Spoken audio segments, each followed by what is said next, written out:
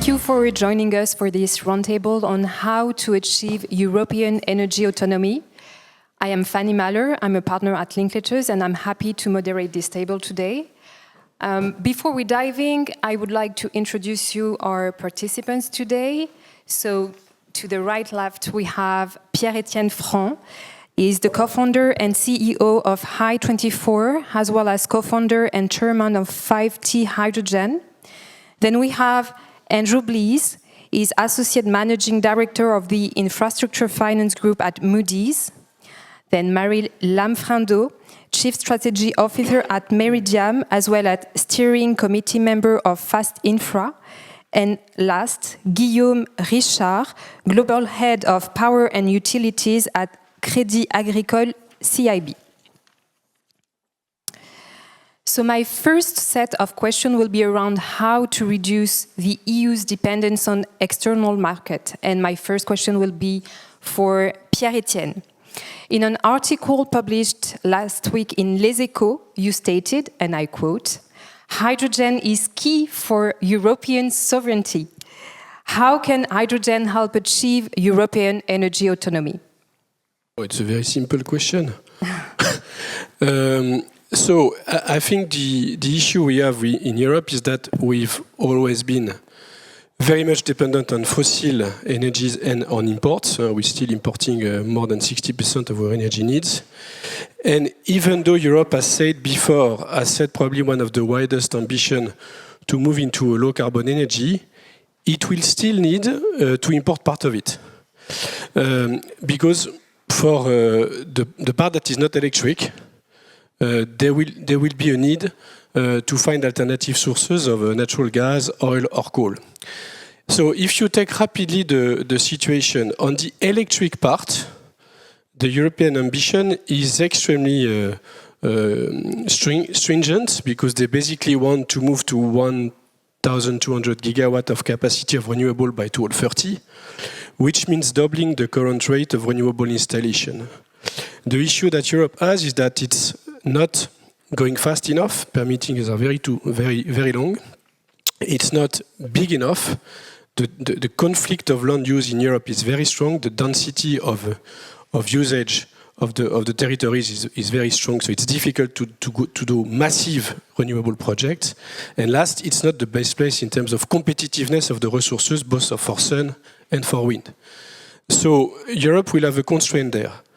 The second constraint, in terms of speed and competitiveness, the second constraint is that the estimation of the deployment of the transmission and transport grids to further electrify the industry and transport needs is estimated between 500 and 800 billion. I think it's rising every time somebody is making a study on the topic. And it means to achieve it that we need to double or even sometimes triple the current rate of grid transformation. That's going to be a massive bottleneck. And last, as we are in France, we know that nuclear is going to save the world, but it's going to be a little bit longer than what we think, and it's going to cost a little bit much more than what we have today. So in the end, we need to find a way to get this autonomy, this strategic autonomy, by recoursing to what I would call the diversity of access of other energy sources. And this is one of the ways where hydrogen is going to have a play, because if you look next to Europe, in some of the key Maghreb countries, starting with Morocco, where, as you know, many things have been achieved last week, you've got a potential for massive renewable generation, fast if it comes from a clear decision-making from the kingdom, and extremely cheap. The load factors of wind and the ability of getting sun for longer hours in the day is around 50% more than in the Nordic part of Europe. So that creates a possibility to get friend sourcing, so sourcing in friend countries, which is going to be fundamental. But the only way to get that in Europe is going mostly to go through piping it in the form of hydrogen. So that's one of the reasons why hydrogen is fundamental. Not only Morocco, but also the other Maghreb countries. So that's one element. And it's not very long to do. The cost of building those pipes from Spain to Germany and building the northern networks of hydrogen pipelines to give a complement of energy access to the electrical grids is basically 20 billion. It could be more if we move further, but it's to compare to the 800 billion that will have to be spent anyway on the grid part. The second element is that we spoke only there of basically today 30% of the energy mix, and the rest is fossil, and fossil gas or liquid, so oil and gas. And nobody speaks a lot about it except by saying we're going to do CCS. Okay. CCS is very good, but CCS is going to take time as well because it's been there on the atmosphere or in the air for a very long time. And it's going to be renewable only if the leakage of the natural gas coming is managed to be below 33%, which is not so simple. And so CCS cannot be the only way. You need also to use other forms of synthetic gases which are going to help you decarbonize the transport part that you cannot decarbonize just with electricity, and you need them to decarbonize very intensive hard-to-abate industries. And it's now, because if the steel industry, typically, or cement, if you don't give them the tools to decarbonize now, they're just going to leave. And that's the current big debate between Arcelor and the different European states. And this is the typical project that you see in Sweden, where we are an investor, like Stegra, H2 Green Steel, where basically they're having access to very cheap renewable hydrogen, which enables them to build a brand new site, developing 2.5 million tons of steel, green steel, at a premium which is very much acceptable and which all the downstream OEM manufacturers are ready to pay. So for those hard-to-abate segments, you will need to find alternative to gas and oil. And the only way will be to build something which is around hydrogen, it being blue or green, or whatever you want. But in the end, if it needs to be clean, in the end it's going to be a massive element for that. So if Europe managed to deploy its renewable, to source cheap, competitive renewable from very diverse countries, it's accessing to what I call la souveraineté de l'accès. Access, diversity of access.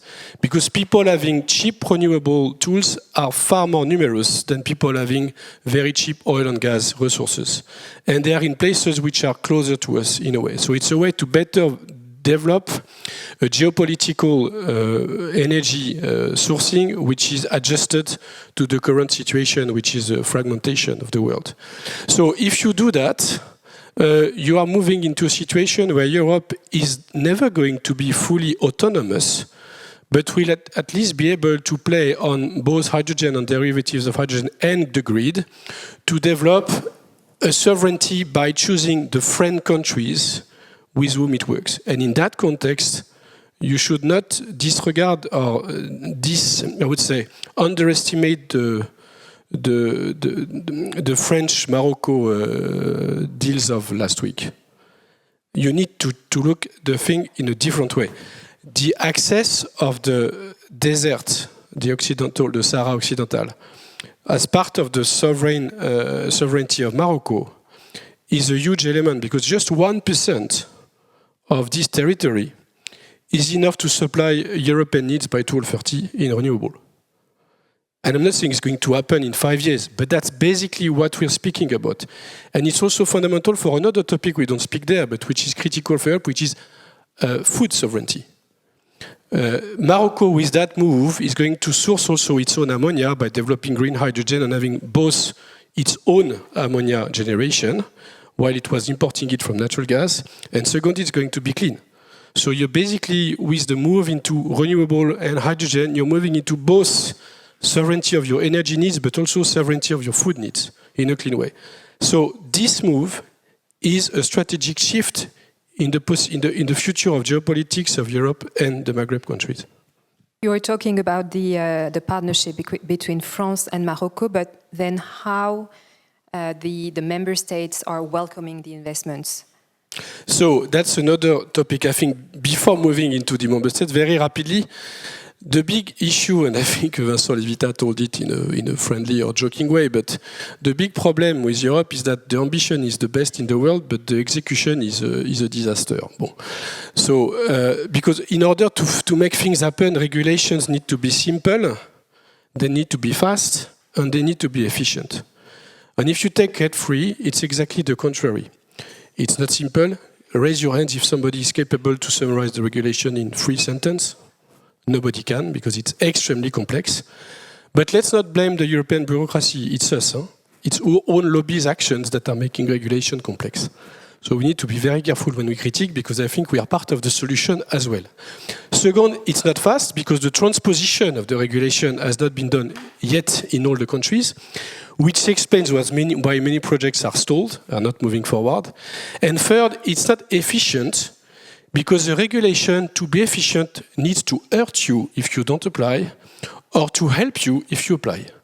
And today, it's not hurting us so much, and as the support mechanism, like a dedicated budget from the European Commission, or a dedicated budgetary move from the member states not being taken into account into the debt matrix conditions, or bona fide interest rates, which are typical things that would enable faster deploymentation, are not there. So this is why Europe, together in the overall deployment of the hydrogen economy, is in fact the slowest. The fastest is the US, with close to 2.4 million tons of clean hydrogen being now produced, thanks to the, not IRA, but the 45Q, which is helping CCS. The second one is, guess who? China, 1.3 million tons, purely green. By the way, China owns 60% of the manufacturing lines of electrolyzer. They own 70% of the green hydrogen produced. They own 40% of the hydrogen stations. They own 80% of the fuel cell trucks and 90% of the fuel cell buses. But they don't have all those complex regulation systems. They're just very entrepreneurial. And the third one is Europe, with only 0.3 million. But again, it's not because Europe doesn't know what to do. It's just the execution that is not right, because the governance of Europe is too complex.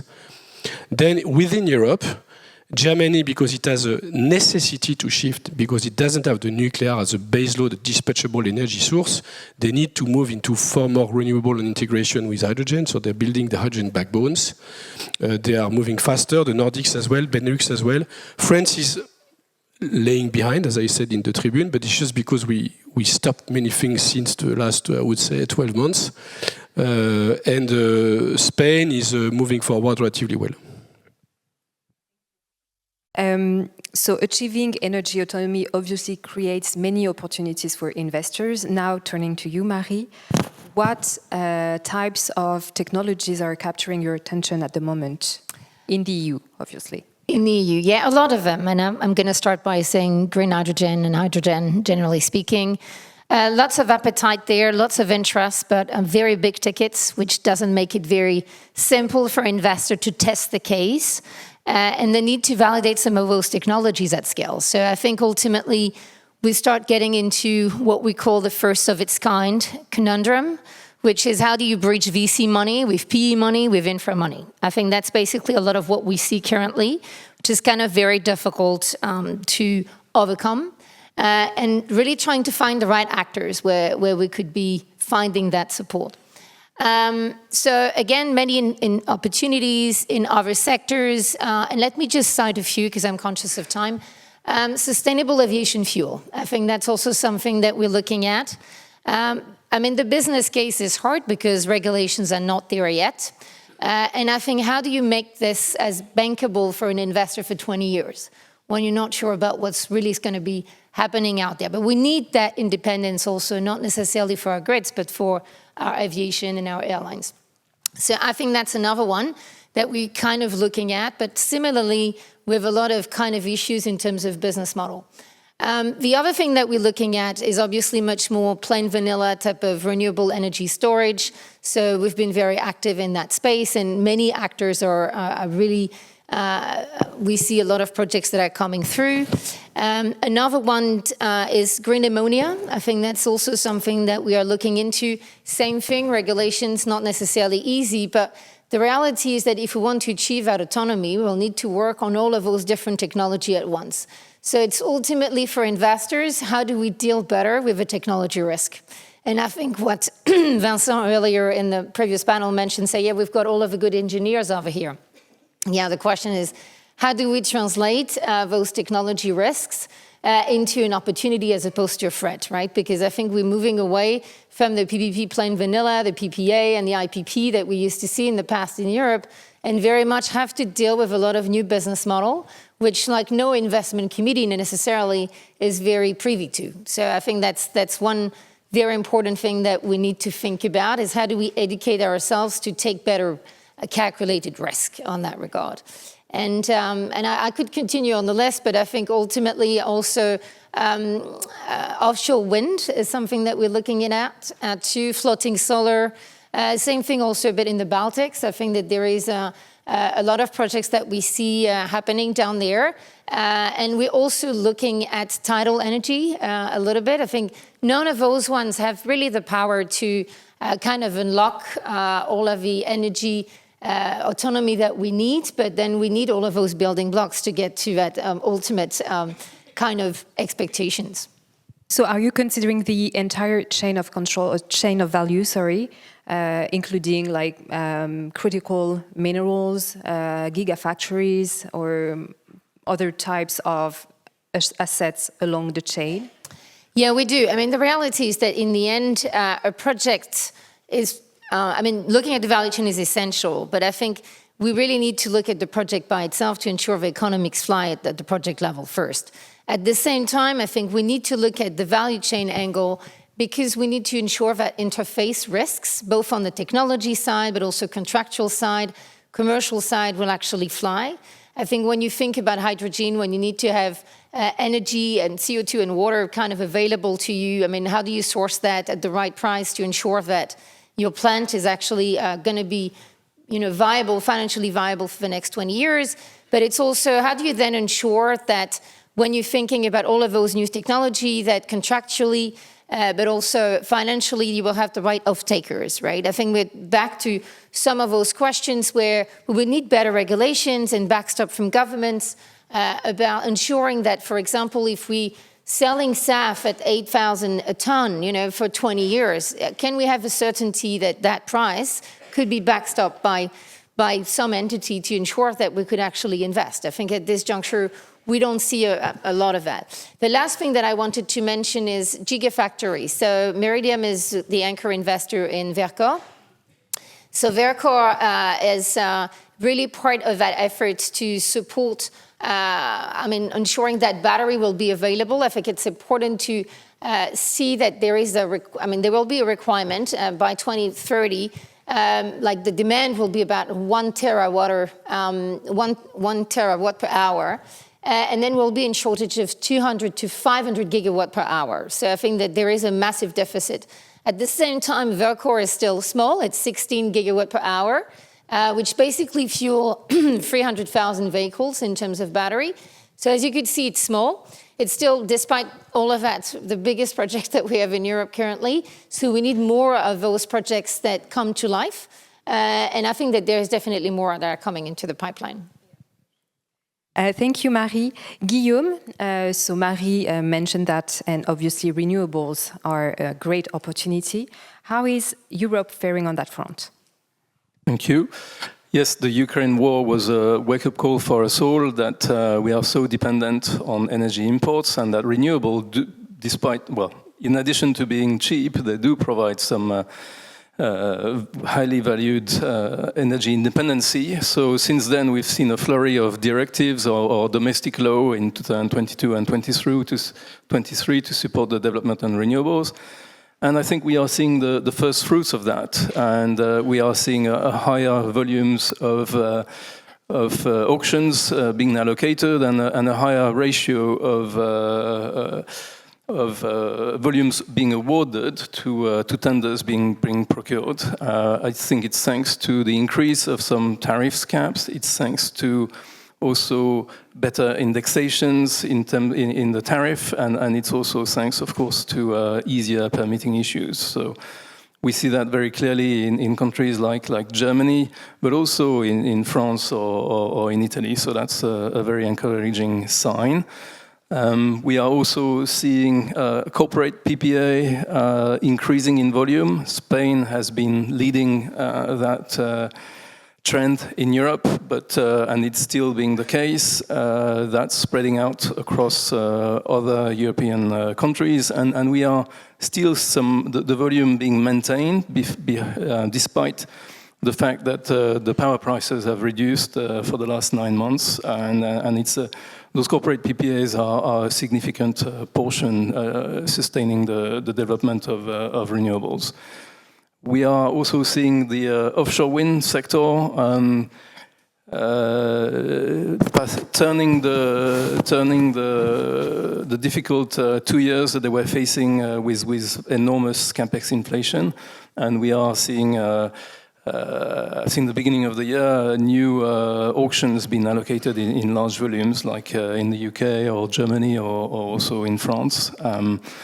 And we are seeing solar now being so cheap and by far the cheapest energy resource in most countries, or at least cheapest electricity resource. In most countries of Europe, accelerating very fast. So all those signs are very encouraging. On our side at CACIB, we probably will have our better year in 2024. Our financing of renewable have increased by more than 15% per annum for the last 4 or 5 years, and I think we will beat that this year by a very significant margin. The flip side of this increase in renewables, we are seeing the networks being stretched. As was said previously, we are seeing increasing spells of curtailment. That's very significant in the UK or in Germany, but it's starting in other countries in Europe. And we are seeing much more frequent and much longer spells of negative prices. That was very true in Spain, but that's pretty much each and every country in Europe faced their first negative prices this year. And we see that trend continuing, and that's worrying, and that it requires a lot of investments in networks. Okay. And then what about storage facilities? Because we're talking about renewables, but they are intermittent, so we need to have a way to store them. Absolutely, and batteries are the first answer to that. Now they are offering competitive electricity at the 4 hours level, which is exactly what's technically needed to shift the production of renewables during the day to the peak demand during the evening. We have been financing batteries on our side for 3 or 4 years in countries like Chile, Australia, or the US. But we now see the trend accelerating very fast in Europe. We've got very different revenue models with 2 extremes. I would mentioned Italy is very investor friendly, and they offer a 15-year capacity payment from the TSO. And at the other extreme, we have the UK of GEM has have opened all the ancillary markets, offering all sorts of arbitraging revenues to battery investors. That is spicing up the equity returns of some investors. But other countries like the Benelux are starting to see very significant investment in batteries, led by French infra manager champions. Maybe now, considering the infrastructure, the transmission system, you said it many times that, well, it's aging, it needs to be modernized, it needs to be expanded or even digitalized. Marie, maybe turning to you first. Is the financial model for investments in transmission grids known? Is it validated? What are your views on that? And you're right. I mean, I didn't start it by mention also transmission and grids. Obviously, that's something that needs to be, beyond all of those new technology, needs to be supported. I think for me that goes without saying. So look, I think that, Meridiam invests in Europe, in the US, and in Africa. It's kind of very interesting to see how, my response will be different from all of those jurisdictions. But definitely, I think that with stable revenues that we really get, regulated revenue that we get from the utility, I think it's very much a kind of a high debt ratio that we see for that type of financing model. It's probably between 70-30 or 80-20. Ultimately, I think that what we see, though, is that with the growing need for CapEx that we see in that particular environment and the fact that there is still risk for market volatility and regulatory uncertainty. I think there is a need, and increasingly we start thinking about how we could bring blended finance. And I know blended finance is a bit of a kind of a word that works for all, but I think ultimately here we're talking about targeted subsidies that we could actually put it in there, potentially also green bonds, depending on what is the new generation that justify that extension of those transmissions. So I think that ultimately I'm not necessarily, I'm worried particularly on how to sponsor that, and I'm sure Crédit Agricole will have a similar view on the fact that it's solid, it's driven in our jurisdiction. In Africa, for example, we're battling a lot to have what we call liquidity facility for MDBs, just to ensure that, we could rely on those utilities, which are usually kind of a big risk. But I think ultimately what I see in Europe is that for those ones in particular, the stable returns, but then also being creative, right, with that blended finance component and those targeted subsidy to ensure we could accelerate this at the pace that hopefully we will see through the new generation. Thank you.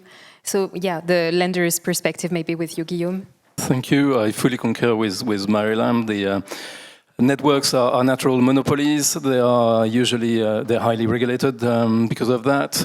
Usually they're highly rated and investment grade, so they're relatively easy to finance on the debt side, and mostly by the bond markets. On our side, of course, we are identifying the wall of capex that those are facing. So we have increased our capital allocation. We have increased our number of clients, TSOs and DSOs. The constraint for those capex is first one of planning. I think everybody was cut a little bit short 2-3 years ago when people started realizing that curtailment and negative prices were coming. So it's one of technical planning. It's one of prioritizing capital, and I think digital investment to make better use of the physical assets is a most needed solution, given how long the permits take to secure land, to install cables, be them overground or underground. So and that comes from regulation to favor digital investment in addition to physical ones and to accelerate those. On the financing side, the pinch points are to make those costs viable, and ultimately they are passed on to the customers. So the best way to make them viable is to raise very long-term finance, and for that you need stable regulations and very long-term revenue contracts. So either you have very stable RAB framework, or you have a long-term concession on a point-to-point project, for example, that allows a discrete investment and allows to open the capital to private investors. So I think the regulators need to use all the tools available to direct the planning, to direct the capital, and to unlock the equity side and the passing on the cost to customers. Those are the main pinch points. Thank you. Pierre-Etienne, turning to hydrogen pipelines, what would be the challenges to make sure that we see them develop within the EU? So it's different than electricity, of course, because you're dealing with a new demand, and the demand is not coming if the offer is not there. So the chicken and egg dilemma is there very much. The cost of those pipes, or the cost of repurposing part of the pipes that exist, which are depleted, either oil pipes or even gas pipes, is not so huge. It's far cheaper, again, to transport gas than electricity when we speak about long distance. But still, no investor can take the risk to invest those pipes like this. So what we need there is very much the de-risking policies of the states, it being either European level or a member state level. The German government has developed a dedicated scheme to de-risk the cost, the risk of the completion time, the cost of the pipe in the end, and the volume, of course, because the biggest risk is the volume. And so it basically leads to finding ways to develop PPP mechanism or capacity payments. That's the first thing. And the second one is that as Europe has required an unbundling of the nat gas operators and hydrogen operators, you cannot use the nat gas as a kind of a subsidy to the cost of the new gas, which in a way is questionable, but okay, that's it. And then what you may need is to find a ways to access finance sources for those operators. And for that, you probably need to deploy model what we call the independent service operators, where the regulatory company, the regulated company, is in charge of the operations, but the ownership of the pipes, of the asset, can be shared between financial players and other players, so that you indeed access to private finance. But in the end, capacity payment for those regulated assets is critical, because before you get the demand, you cannot fund it by revenues, which is the big difference with electricity. I will finish with one small remark, is that this is the first time in European history that you can build a network from a European view, while all the former networks have been built from national views and then integrated together. So this is another occasion to move into a more integrated Europe, to be more powerful, instead of just connected, which is make it less agile and very difficult to manage. So I think this is an occasion to have a European play there. Thank you. And this will be my last question, conscious of timing. As you know, today we have many state representatives in the audience. So what would be, according to you, the role that France should be playing to achieve European energy autonomy? Maybe, Pierre-Etienne, you were talking, and I don't know, hydrogen needs subsidies, or any wish you want to share with us today? I said it in my, it's in French, but I think many people speak French in my tribune Les Echos. We need first rapidly to have those CFDs, those contracts for difference, to be enacted. We are waiting for them for 15 months. It's not very difficult, honestly. Second, we need to move into building this network, because France alone is not powerful enough, needs to be part of the European play. And if we can, through the pipes, access to low-carbon hydrogen from either Spain or Morocco, we'll benefit it for our industries, and also sell it to the Germans, which will then pay part of the cost of the pipe. So we should move on that rapidly. Thank you. Well, yeah, maybe Andrew, I don't know, few seconds? No, I appreciate we're at time. I would just say one thing. I think, we need to conclude. So thank you very much for your views. And thank you.